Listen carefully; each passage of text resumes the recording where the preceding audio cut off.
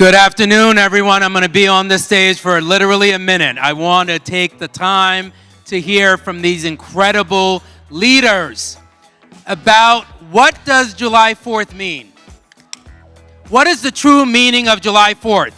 Today is the 250th anniversary of the United States. And the question that we have to ask ourselves is, how do we define July 4th? What does it mean for us? How do we look at this day through the lens of Black people?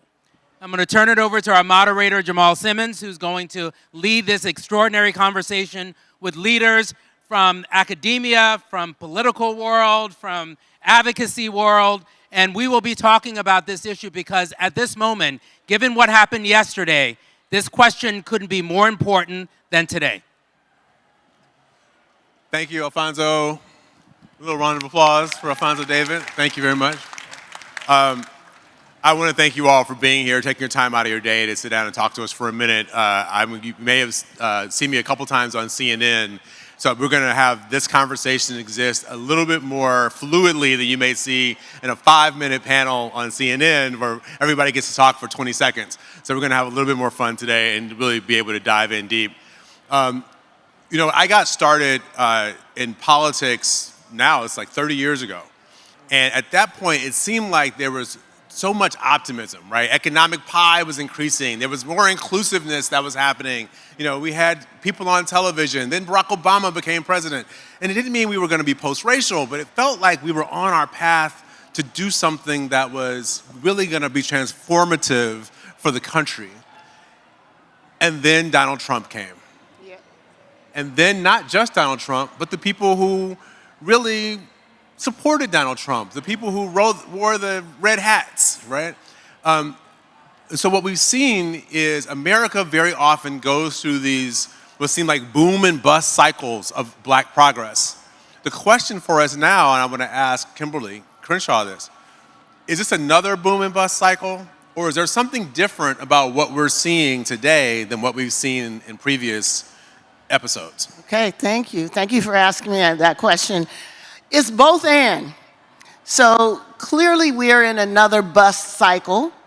As African American history tells us, wherever and whenever there's been any advance for African Americans, it is followed by an intense retrenchment.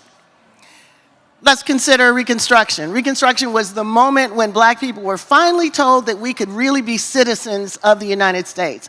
A whole infrastructure was built around the effort to guarantee that, including the 13th, the 14th, and the 15th Amendment, the creation of the Department of Justice, the creation of laws that would allow us to be able to vindicate our rights in the federal courts. A whole effort to ensure that we're enfranchised, and our own efforts to create education because we knew the importance of literacy because they had taken it away from us for so long.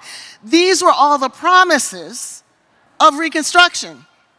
Reconstruction lasted maybe 10 years, maybe 15 years, and we lost it all in an infamous election in which the people who were supposed to be protecting us said, you know what, we'll take Black folks off the table.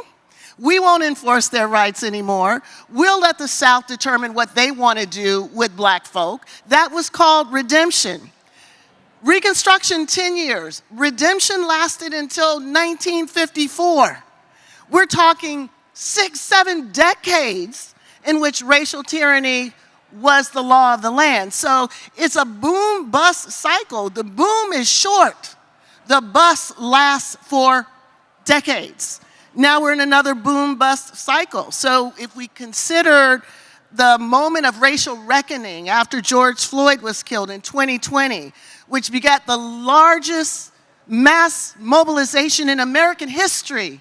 In every state in the union, people came out and said, this is racism, we're not going to take it anymore. It was huge. It also lasted about 3 months.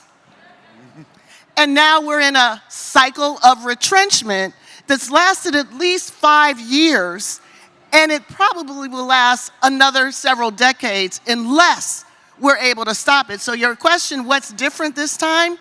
I'd say two things. First of all, the cycles are quicker. We're talking 3 months, maybe 4 months, with all the promises of resources and commitments that just dissipated in the years after that. So they're real short cycles. And then the retrenchment is deeper. So this thing that goes into effect now, they're basically defunding the entire government. So if we ever get the keys to the kingdom again, there's not going to be anything in there for us to do. You know, when people abandon a house and then people come and strip all the plumbing and take all the steel and take all the appliances, that's what they're doing to the federal government. So our concern now is not just it's a cycle, but it's a deeper cycle. We're further behind, and this is not just for the next election. This is for the entire century. So we really need to grapple with what time it is. It is time for us to recognize what a deep crisis we're in and put everything we've got to trying to reverse it.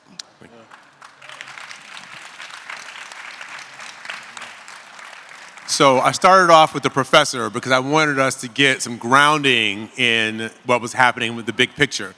But now, you know, I used to work on Capitol Hill, so I know a little something about seniority. And so we got a member of Congress over here. So we're going to turn to Representative Jasmine Crockett, Texas's own. Congresswoman, I want to know from you. You, more than anybody else on this panel, come face to face every day with the people who are trying to dismantle the federal government and the things that so many of us believe in. Can you tell us, one, what that's like, but then two, what you think the agenda is and what we should be doing to stop it? Yeah, so first of all, it's great to be with y'all. Because Lord knows my coworkers then ran me ragged. So definitely happy to be in community at this time. I will tell you this. It is very difficult for me to navigate the space known as Congress because as a lawyer, everything is about logic. And so it's a matter of if I can make a logical argument, then I can move the needle, but that is not what it is being in Congress. And so it gets very frustrating. I was just telling a story backstage about the fact that one of my colleagues got on her flight to leave after this terrible vote passed yesterday. And this was maybe within an hour of the vote passing. And she sent us a message.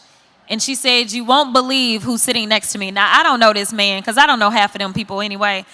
I don't know. But it's a Republican. That's what I can tell you. And he started crying to her. And she was looking at him because he was so upset about the vote. But he wasn't upset enough to do the right thing. And so it is very difficult to navigate this space because I'm used to dealing with people that act, especially on this level. I'm supposedly sitting in one of the most powerful seats in the world. And I'm dealing with people that literally are not respecting the position, nor are they respecting the people that put them into power. That is a very difficult thing for me to understand what it is to do. I have tried to shame them in committees by laying out, okay, listen, I'm fighting harder for the people that put you in power, sir, ma'am, because this how many of yours about to die. This how many of yours about to lose their food. I'm laying out the numbers and the facts because y'all know I always bring receipts. Because in my mind, if I can back it up with some facts, then I'm a win, right? Wrong. So when you say what is it that's motivating them, I also said in the back as I was talking to my sis Joteka, I said, I thought that because they all went to the White House. So they had us sitting on the floor waiting. They just held the vote open. So the vote is supposed to be 15 minutes, right? They set the record for the longest held vote because they didn't have the votes. So we sitting there and we waiting and we can't leave in case they try to pull some kind of funny business. We have no idea what's going on. So they're all taking trips over to the White House to talk to the president. And so I was like, okay, they done made some deals. So I'm thinking, he done told them, listen, I'll make sure you got a good, job somewhere, one of these corporations that I'm shaking down, right? I'm thinking he yo, you gonna have a milli, you gonna have a milli. I'm thinking he's setting them up, right? Wrong. Reports come out, they changed their votes so that they could get some swag that he signed. I'm sorry. You did what? Like how do you walk into that space and even take your colleagues seriously when they literally are caricatures of what an elected official should be? So as it relates to us, I tell people all the time, stop looking for somebody to save you because ain't nobody coming. Yep. You are the person that you've been waiting on. It is time for the people to rise up. One of the most powerful moments that I have experienced since I've been in Congress and he been the president was on No Kings. It was such a beautiful rebuke of him and this ridiculousness that we saw on that day. He spent all that money. He spent close to $50 million to have a parade for himself. Wasted our $50 million, to be clear, because that was your money, to have this parade and nobody showed up. But it didn't take all that money for people to come out all across this country and tell them that no kings live here. So long as we have some semblance of a democracy, I need you to harness your power, and what that looks like is it means that you're going to show up at every single election, not just once every 4 years. It means you're going to show up for the school board. It means you're going to show up for city council. It means you're going to finally learn who some of these judges are that are on the ballot before you got to go. This is what it's going to take, because the people that are saving us right now, it's good mayors, it's attorney generals, it's good governors, it is the judiciary sometimes, so long as we can avoid the Supreme Court. I mean, that's what it has to take. And so long as we continue to empower people that will actually listen to us, they will resist. But for right now, it's about to get bad. And I don't even know how else to put it. It's just about to be bad.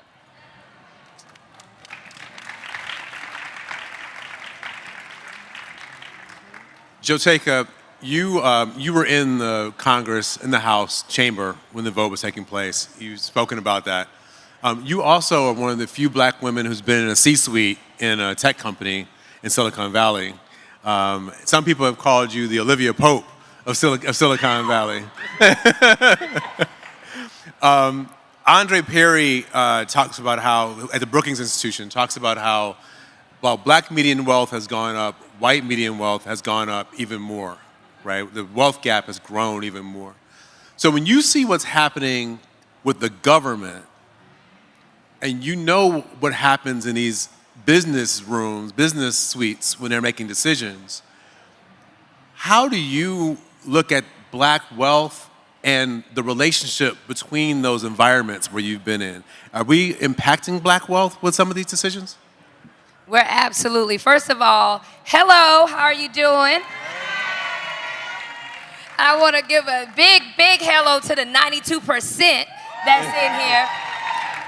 I was backstage, I was talking to Jasmine. We was like, if they would have just listened to the 44,000 and the 92%, we wouldn't be where we are. Jamal, your question is so important, because when we think about, we're here at the Global Black Economic Forum, and we think about these decisions and the impact that they have, particularly on wealth, because we think about, this day, the 4th of July, we're 250 years in this country, but yet we're still approaching, yet not even made it to the day in this country where black women, where we earn the same amount as a white man on the dollar. So the gaping disparities that we have because of the systems that are in place. And I think it's important for us to understand that we have an imperative to dismantle systems that continue to create the wealth divide in this country.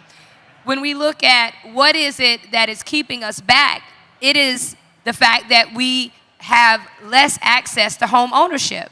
It is the fact that when we look at corporate America and these companies that I've said in the C-suite in Silicon Valley, the type of decisioning that it has made, it has a deep impact on our ability of whether or not we're able to even get an entry, particularly into these jobs. Like when you look at the tech industry, the jobs that will redefine and create wealth, we don't have that access.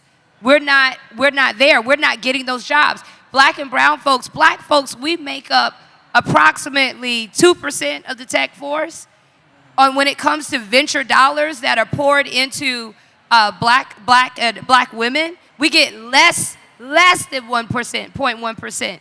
of investment, our ability to get the loans that we need. So now when you see the dismantling of important federal programs and so much of the federal government, where even though the systems did not work for us, there was some relief in the federal government, but we've seen a total dismantling of that. As Dr. Crenshaw have outlined, what we are seeing is a dismantling of not only the system, but also that was what was put in place the very little to provide relief.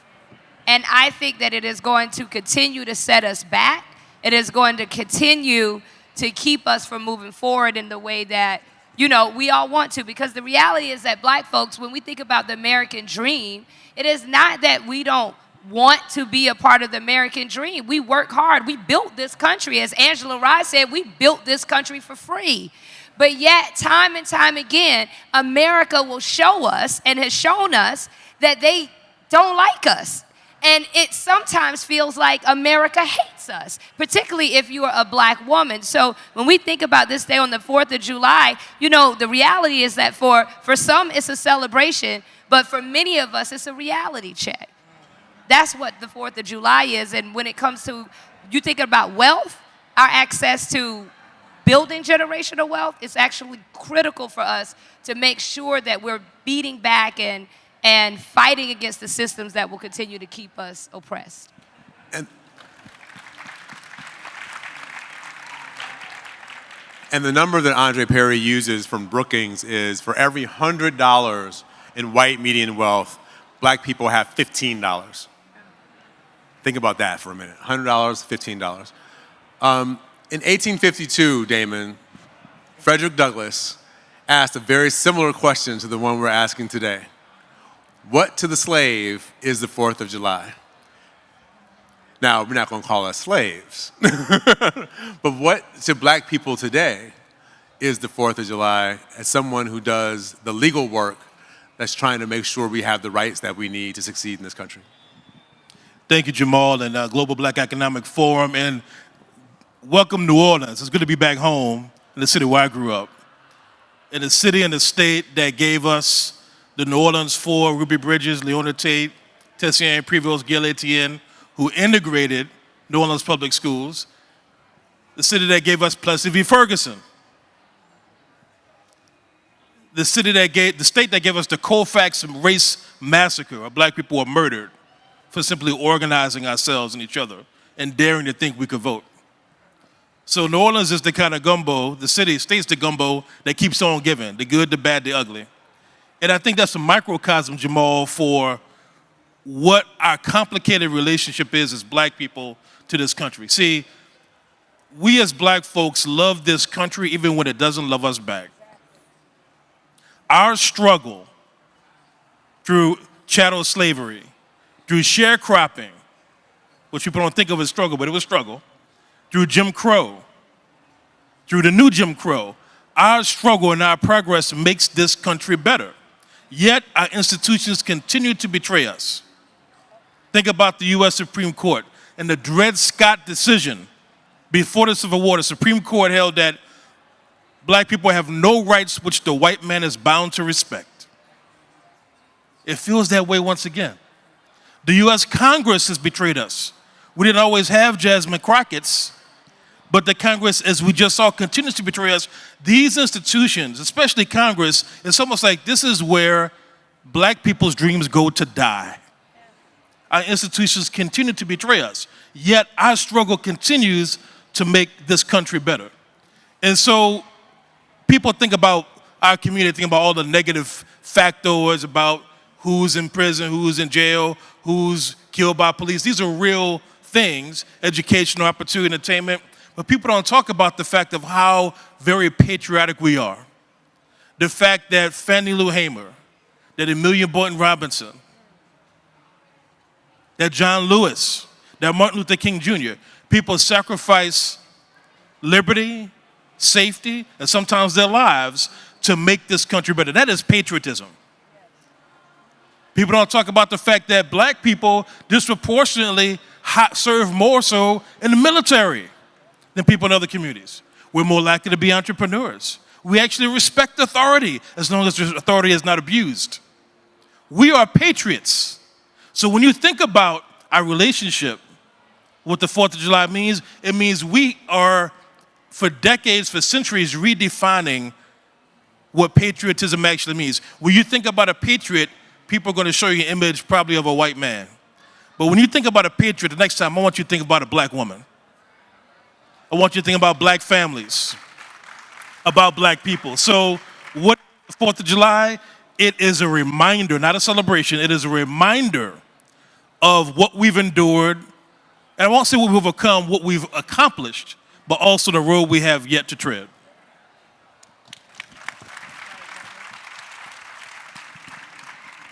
Dr. Crenshaw, you are regarded as a person who coined the phrase intersectionality. It feels like the attack that's happening right now is at the intersections.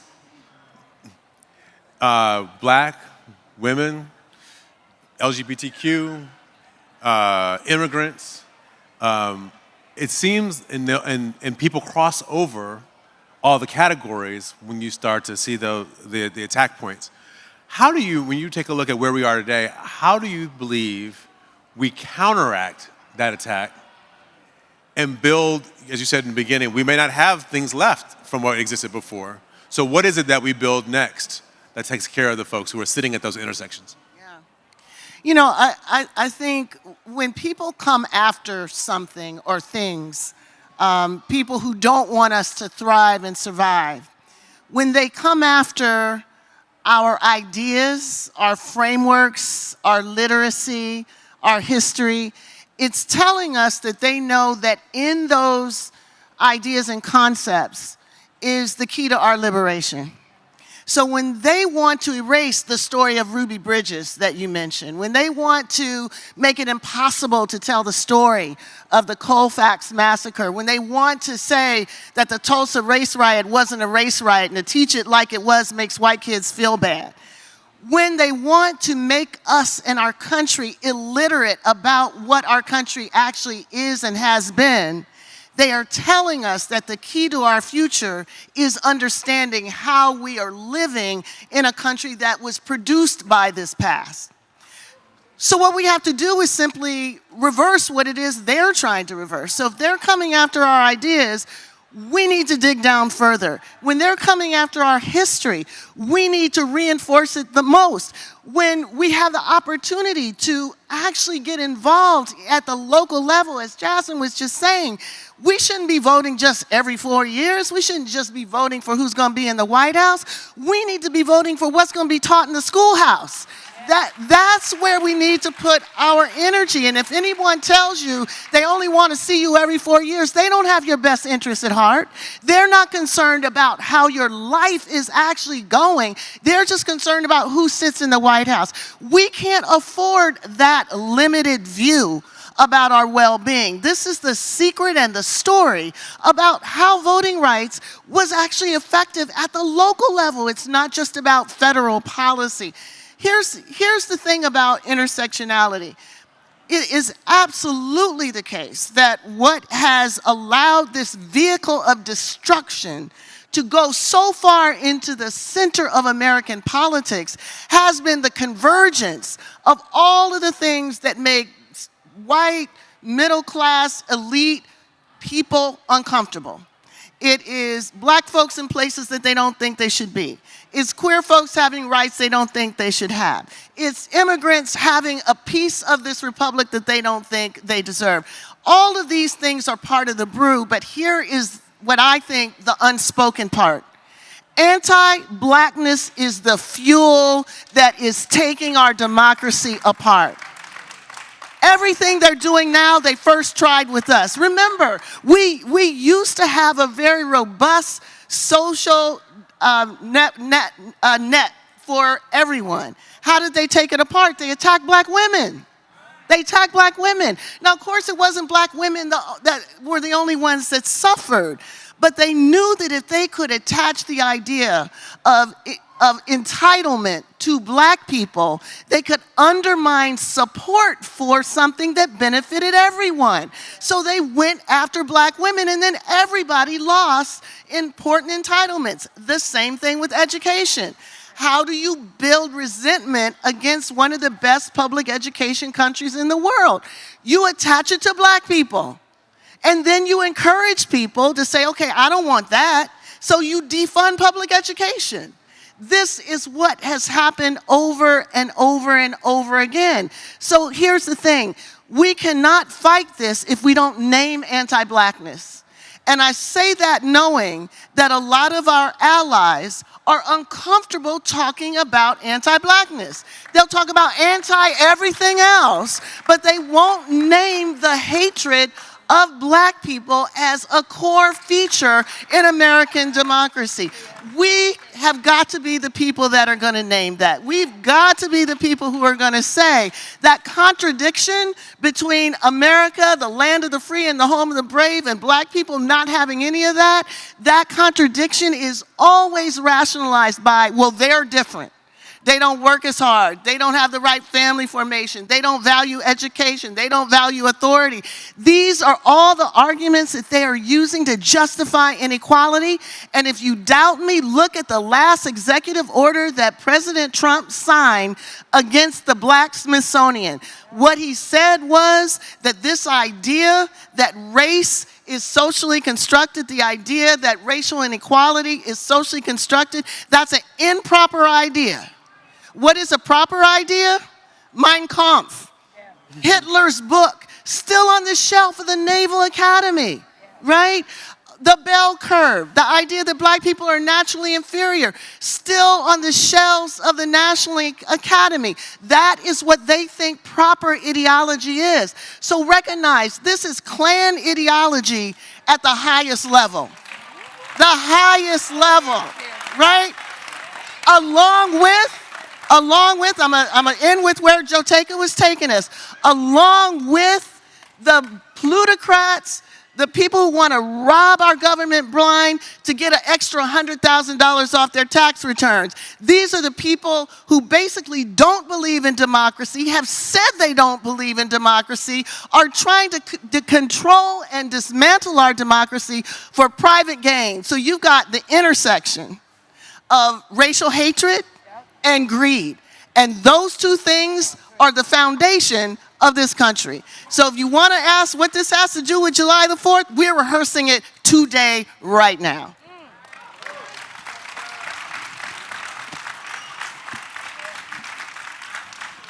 So Congresswoman, I'm going to stay on that because it also seems like the institutions outside of the government are buckling under the weight.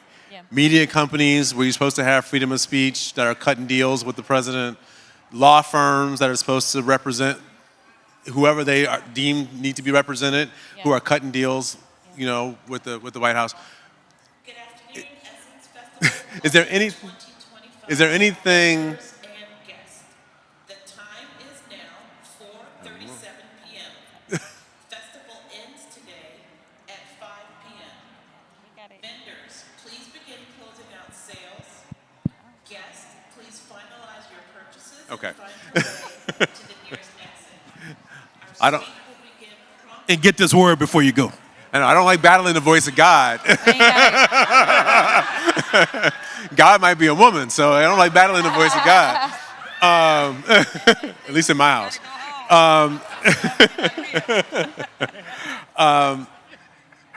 What is that you can do in the federal government that will bolster the institutions that ought to also be taking care of the democracy? Because it's not just what happens on election day, it's all those outside institutions that we count on to hold it together. Yeah, I think that's a great question. I think there's a couple of things that we need to understand is that, you know, this election went the way that it did because of a lack of education. Now, that isn't me calling people stupid, but that is me letting you know that people are uninformed. So many people have no idea of what it is that we're supposed to do on the federal level in the first place, or the city level, or the state level, or the county level. And so they don't fully understand what our roles are, so they don't understand how powerful we are in certain ways. And so in my mind, the one thing that we could all do is, number one, make sure that we are more educated, because there's a lot of things that people want to blame on a president. There was a lot of things. The eggs, y'all. It was the eggs. The eggs was the president. It was Biden and the eggs. And I'm like, say what now? And we ain't heard about them eggs since. Now, listen, right? But we allowed ourselves and it's not to say that a president doesn't necessarily play a role as it relates to inflation. I'm not saying that, right? But most people didn't understand what global inflation was about. They didn't understand how we were having issues with our supply chain as a result of COVID-19, that it wasn't just that things got shut down here, it was that things got shut down all around the world, right? Or the fact that people were voting for this fool when he was like, I'm gonna do tariffs because tariffs gonna be great. And then the day after he got elected, y'all know the number one thing that was Googled? What is a tariff? I'm gonna need you not to try to figure it out after the fact. And now everybody well, I don't like them tariffs. Well, if he told you one truth, it was that he wanted to bring about the tariffs. It may have been good to understand that before you went and cast your vote. So I think a lot of the things that are falling apart, number one, it starts with the fact that people don't have the education and they don't understand. And I get it. Some people are just trying to figure out how they're going to put food on the table, keep a roof over their head, and make sure that their kids got clothes on their backs. So they don't have time to sit down and watch you, no offense, on CNN 24/7. They just don't, right? But before you head to the polls, I think that you have to, candidates need to do a better job too. So let me say it's a two-way street. But we also have to do our part, and we also have to encourage those in our circle to do their parts, all right? So for me, part of it is education. The other part is that there is a group of people that in this country are these systems have never worked for us. As we continue to try to figure out why it is that his polling is still, he should be in the negative beyond negative. Don't break that heel. No, I don't want you to have to carry you out of here. But when we dig into it, when I have real conversations, there are people who are like, well, these systems ain't never worked for me before anyway. So what do I care? Some people are absolutely good with the systems being broken. And I'm not saying that I don't understand that because I get it. But at the same time, the way that I've been describing this is because what's going to happen is there will be this backlash, right? Somebody going to remember. Hopefully enough people remember how much hell we going through right now. And so in 4 years, we flip it all around. Hopefully in 2 years, we at least get the house, right? So hopefully, Jesus help us. Hopefully, right? But here's the deal. You take a glass right now and you throw it against a wall and it's going to shatter. Are you able to put that glass back together as quickly as it took you to shatter it? No. But what's going to happen is because he broke it so fast, everybody's going to say, well, you need to fix it just as fast. And it's not going to happen that way. But what I want you to understand is that, as we know, there's an ebb and flow, right? We do have an opportunity. We always got to look at the opportunistic side of this. Because we know that these systems have never been perfect. Because we know that a feature of the systems, instead of a flaw of the systems, has been to hold us down to some extent. When we rebuild, we need to rebuild systems that actually start to work for all of us. So we need to look at it as an opportunity. But we also are going to have to be patient and understand that they ain't going to let me do what he do. He out here breaking laws every other second. Now, if I look like I want to do something wrong, they coming for me, right? So we got to understand that we will still, again, respect authority. The final point that I'll make is that what we are about to experience as we're talking about economics is we are about to experience, you talk about that wealth gap. I don't even know what you're going to call it no more. I don't even know. Because there's about to be a transfer of wealth. This is a reverse Robin Hood that we are about to experience. And let me explain why. Because there are people that literally do not need the money. And they were paying in, and that was supportive. It made sure that somebody like me, who was on SNAP when I was in college, but somehow I was able to actually focus on school instead of having as many jobs as I usually would carry, because that was the only way that I could survive. But being able to actually go and get some food, that helped me to be able to not only get through college, but to get through law school and ultimately be able to pay into the system. It helps everybody if we just invest in people. But right now they have decided they don't want to invest in people so long as they are good. But they are going to realize that it's going to hurt them too. Because guess who the consumers are? Us. If you ain't got enough money, I mean, y'all done seen the farmers complaining, right? If you don't have enough money to buy the food, then what's going to happen to the farmer? What's going to happen to the grocery store? Listen, one of the things that because we got to get to them, and then the voice of God, she said we got to go in a minute. But one of the things as I go out and I speak, I always pull from a gospel song because I'm a preacher's child, but I don't preach at all. I always pull from I Need You to Survive. That needs to be the theme that we all end up taking on. You talked about the intersectionality. They won because they divided us. And we've always known that divided we fall, united we stand. They allowed us to look at the immigrant and say, oh yeah, you can go on and get out of here, not understanding that you need that immigrant to survive. They allowed you to say, oh, well, the trans kids, they're about to mess with my kids. And so and can't nobody name a trans kid playing with their kids, but that's okay. But they allowed people to be like riled up about that because they distracted you. They distracted and they divided, and ultimately they have conquered. So the only message that I give out to people is, I don't really care what your beliefs are. I really don't. I really don't. I know that sounds bad. I'm probably not supposed to say that, but I don't. I don't care if you believe that I should have access to my reproductive rights or not. It ain't your business. I need you to focus on what does matter. What matters is that this country survives. We have been the greatest country in the world because of our diversity. We are a country of immigrants. And right now we got a bunch of colonizers that's playing with us, that don't want us to know our history, because if you know your history...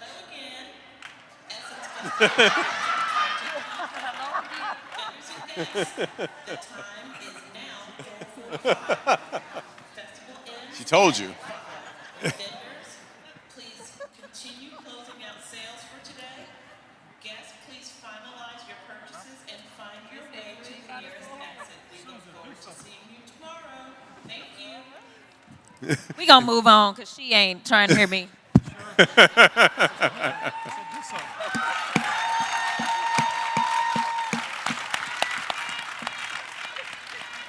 I will yield back to the gentlewoman from Texas if she would like to finish her statement. No. Listen.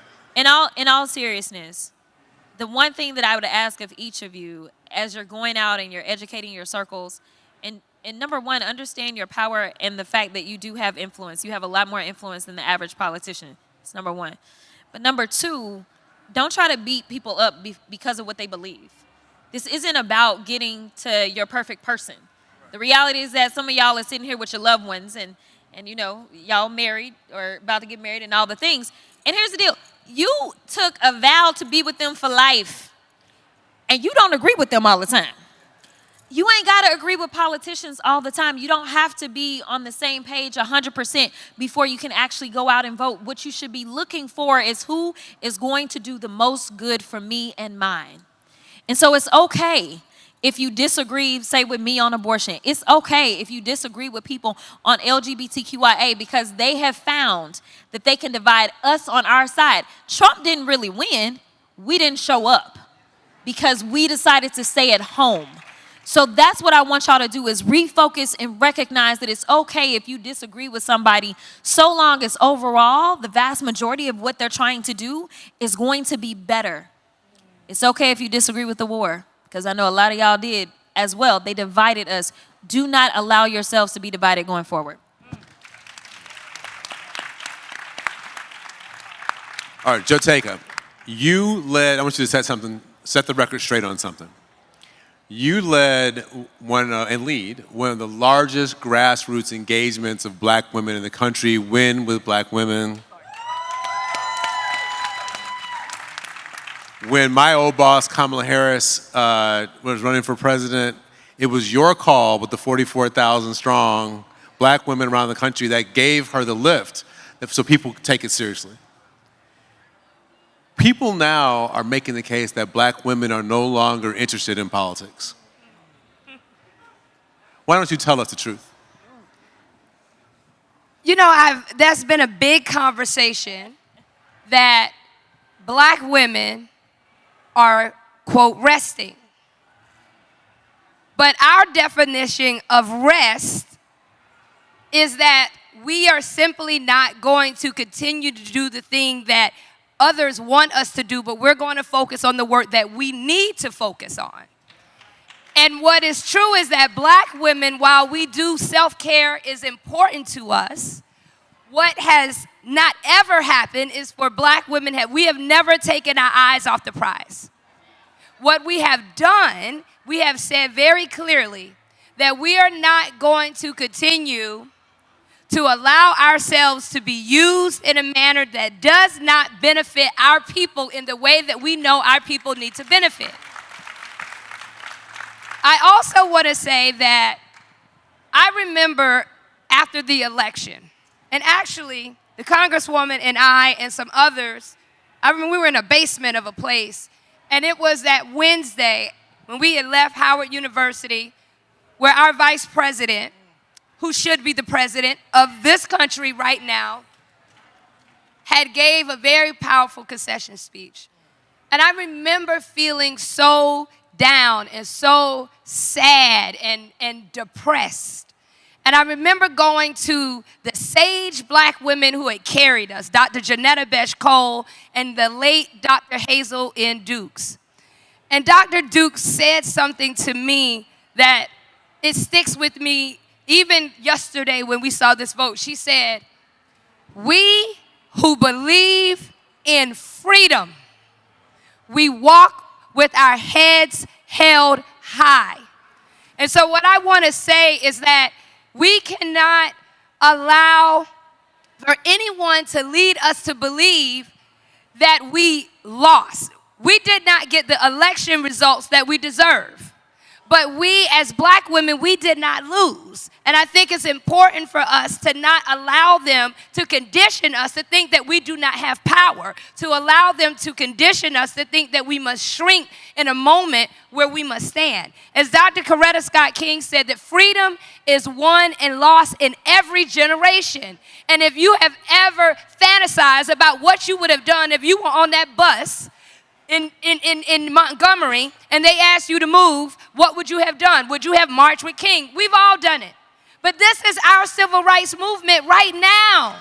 This is our moment to do something. We cannot afford to be silent because they are literally, as we saw yesterday, coming for our lives. I grew up in rural South Carolina. And I watched the United States Congress just vote for a bill that could jeopardize 800 hospitals across rural America, move 16 million people off of health care, 1 in 8 people not to receive SNAP benefits. That is a life and death and is very personal. So in this moment, black women, we have not gone to rest. We're taking care of ourselves, but we have not rest. The final thing that I would say, and I think about the 4th of July, that I leave you with this, and I can speak for myself, right? On this 4th of July, I'm not interested in lighting not one firework, but what I am interested in is putting a fire up under the systems that continue to keep us marginalized in this country. And as a black woman, that's a part of the 92%. What we will not ever do is cede our power, because one thing that I know for sure is that organized people, and especially organized black women, will beat organized chaos every day, all day, and any day. Any day. Any day. All right, Damon, you're going to anchor us out of here. I told him don't put me after Joteka eviscerating the mic. But look, here's the thing. I'm going to pick up where Joteka left off and bring a little bit of what Congressman Crockett said as well. We have a sacred duty right now to be an unbroken link in the chain. There are so many who came before us, including the unheralded black women and the black men who are out front. There are so many who are going to come behind us. My young children, your niece, your nephews, your grandchildren. So we can't afford to be the weakest link or weak link, period, in the chain. We have to be an unbroken link. That means we have a duty to do things that fall into 2 buckets. We must fight back on all this crazy, all this madness, and fighting back means the litigation that we do at the Lawyers Committee for Civil Rights. It means the policy that Congressman Crockett does. It means the thought leadership from Professor Kimberly Crenshaw. It means the activism from Joteka Edie. It means the communication on mass media that Jamal Simmons does, right? It means all of that is part of the fight back. But we also, friends, have to fight forward. Because if all we're doing is defending the ground that our ancestors gained for us, we've already lost. We have to do two things at once. We have to fight back and fight forward. What does fight forward look like? It's going to be different for each of us, but there's a role for everybody to play. For some of you, it's going to be your vote. For some of you, it's going to be your voice. For some of you, it's going to be protests. For some of you, it's going to be other forms of activism or subversion inside of systems, like a criminal justice system, inside of major corporations, keeping DE&I going, as our friends from L'Oreal are doing here today, right? And so we have to be vocal, because the war we're losing is not just an economic battle or a policy battle. It's a war of lies, but it's also a war of narrative, because they think our day and our time is over. But we have something to tell people. We're going nowhere. We're not going anywhere. We are here to stay. And this country is what it is on our backs because of our sweat, because, sadly, of our blood. And we are not going to squander that. Not yesterday, not today, and not tomorrow. We will keep fighting forward.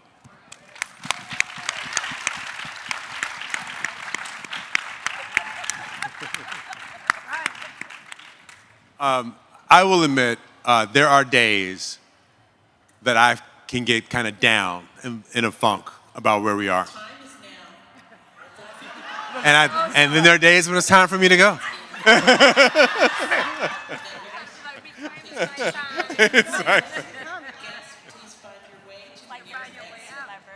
We look forward to seeing you tomorrow. Thank you. I just want to leave you with this.